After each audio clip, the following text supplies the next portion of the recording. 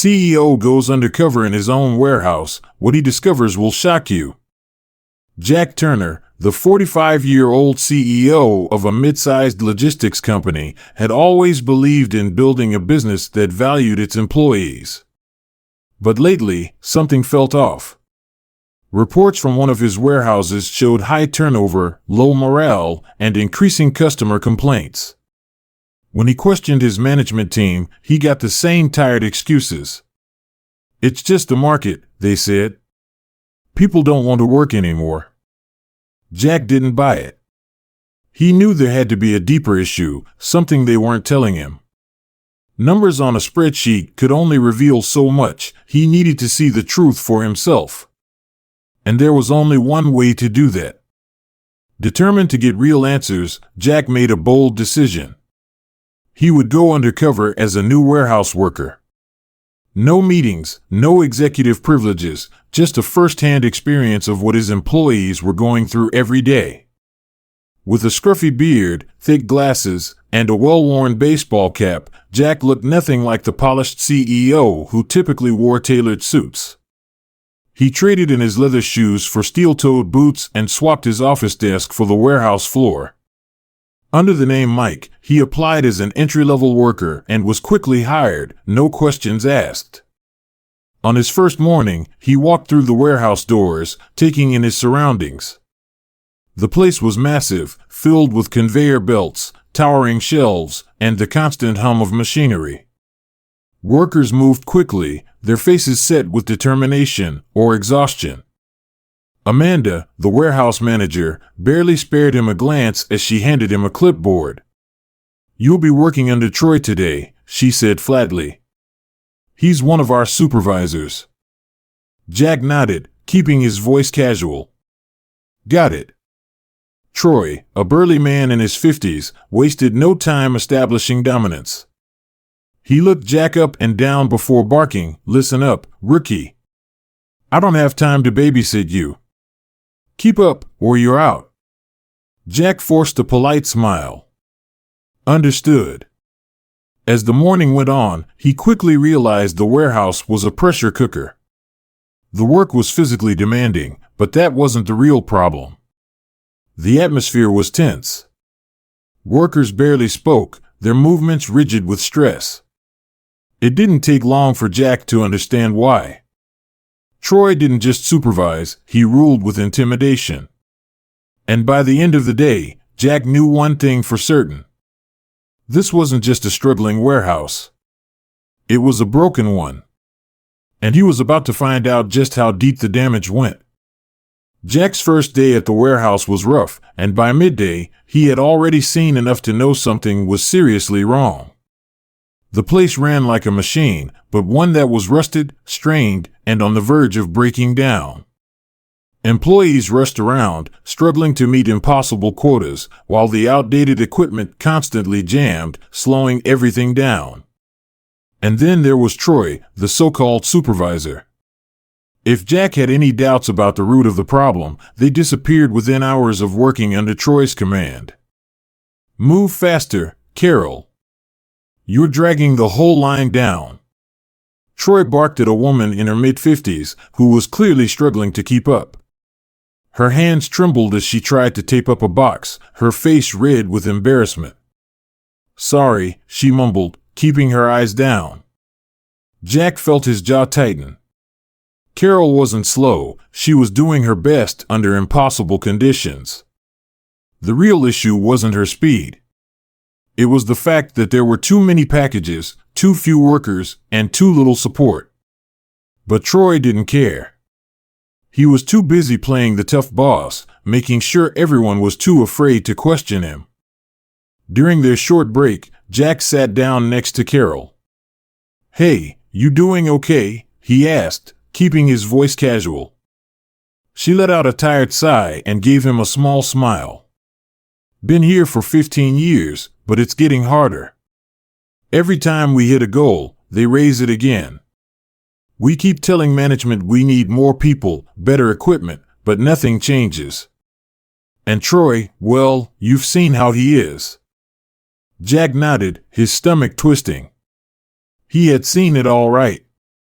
And unfortunately, Carol wasn't the only one suffering. Later that day, as Jack stacked boxes onto a pallet, one slipped from his grip and hit the ground with a dull thud. "Are you kidding me, rookie?" Troy snapped, marching over. "You can't even handle the basics?" Jack bent down to pick up the box, forcing himself to stay calm. "I got it."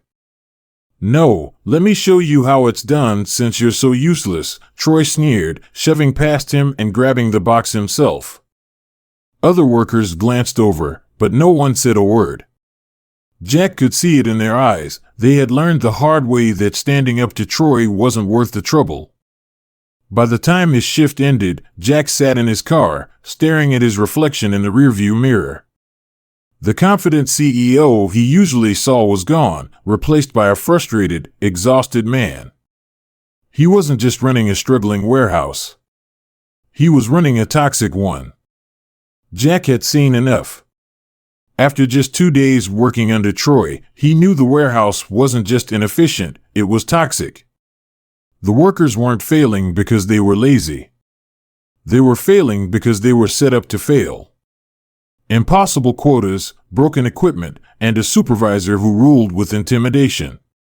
And worst of all, management at the top had turned a blind eye to it all. But Jack wasn't just another warehouse worker. He was the CEO. And it was time to take back control. The next morning, Jack made the call. He dialed Amanda's number, keeping his voice steady. "Hey, Amanda, it's Mike. I need to talk to you about Troy." Her response was immediate and sharp. "If you have an issue with Troy, take it up with him." Jack's voice hardened. "Actually, I think this is something you'll want to handle personally. Trust me." An hour later, Jack walked into the warehouse, not in his disguise, but in his usual tailored suit. The moment he stepped onto the floor, everything stopped. Workers froze mid-task, their eyes wide with shock. Carol dropped a roll of tape. Miguel slowly put down his wrench. Ryan, the young worker Troy had been pushing around, looked like he had seen a ghost. Troy, standing by the conveyor belt, turned to see what the commotion was about. His face drained of color when he locked eyes with Jack. Jack stepped forward, his voice calm but firm. "Good morning, everyone. I'm Jack Turner, CEO of this company. And for the past few days, I've been working here undercover." A hushed whisper spread through the warehouse. Jack's gaze settled on Troy. "Troy, we need to talk. Now." Troy stammered. "Yes, sir, I didn't know." "That much is clear," Jack interrupted. "Let's go." As Jack led Troy toward the office, he glanced back at the employees. "Take a break. I'll address everyone shortly." Once inside, Jack didn't hold back. He laid out everything: Troy's mistreatment of employees, the unsafe working conditions, the toxic culture he had created. "You've built a culture of fear," Jack said bluntly. "And that ends today." Troy swallowed hard but didn't argue. He knew he was cornered. Effective immediately, Jack continued, "You're suspended while we investigate further." Troy clenched his jaw, but he knew there was nothing he could do. Back on the warehouse floor, Jack turned to the workers. He wasn't just going to remove the problem, he was going to fix the system that allowed it to happen in the first place. And that was just the beginning. Jack didn't waste any time after confronting Amanda and suspending Troy. He had seen enough. The warehouse wasn't just inefficient, it was a pressure cooker, breaking good workers under impossible conditions.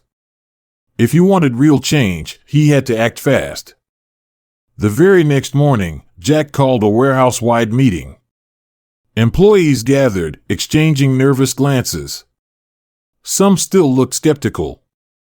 After all, they had seen bad managers come and go before.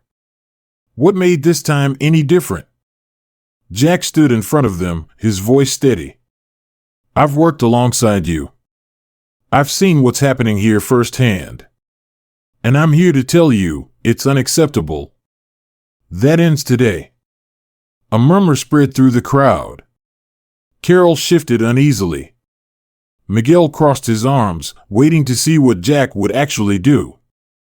First, Jack continued, these quotas are unrealistic.